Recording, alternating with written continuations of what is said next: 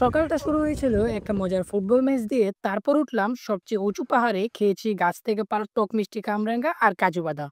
পুরোটা দিন যেন ছিল একটার পর একটা চমক, আর সবকিছুই হয়েছে হাঁটাজারিতে।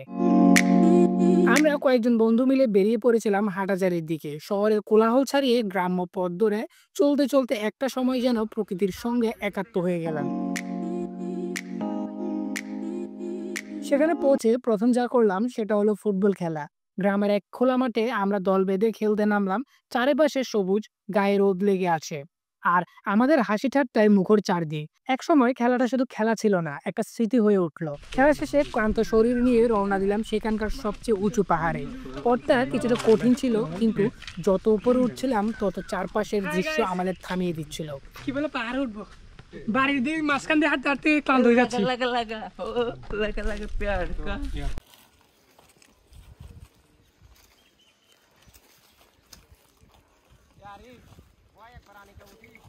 भाई क्या हालत है?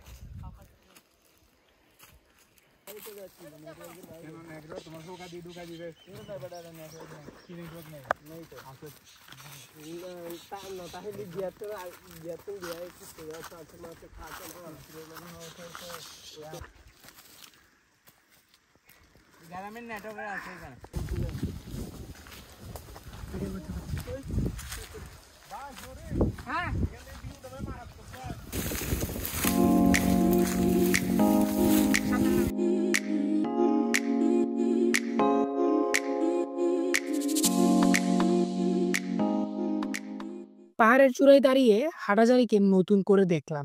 একটা নিঃশব্দ সৌন্দর্য, যেখানে শব্দ কেবল পাখির ডাক আর বাতাসের শো শো আওয়াজ। দেখতেছ না? হ্যাঁ, হ্যাঁ। ওগুলো সব রাঙ্গামাটি বিল্ডিং, উপরটা হ্যাঁ, দেখছি। রাঙ্গামাটি বিল্ডিং সবগুলো পাহাড়ের গুলা। তুমি পাহাড়ের লোক বাধা নিয়ে দেখো বিল্ডিং গুলো। পাহাড়ে উঠে যে জিনিসটা সবচেয়ে বেশি অবাক করেছিল তা হলো সেখানে থাকা কামরাঙ্গা আর কাজু বাদামের গাছ। নিজের হাতে পেরে টক মিষ্টি কামরাঙ্গা খাওয়া আর কাঁচা পাকা কাজু বাদামের স্বাদ একেবারেই নতুন অভিজ্ঞতা ছিল। জানি কিন্তু একটু মিষ্টি মজাদার। এই দেখি মজা। দিনের বাকি সময়টুকু কেটেছে পাহাড়ের উপরে বসে গল্প করে, ছবি তুলে আর প্রকৃতিকে উপভোগ করে। কোথাও তারা ছিল না, কোনো দায়িত্ব ছিল না, শুধু সময় ছিল, আর আমাদের সঙ্গে ছিল শান্ত প্রকৃতি।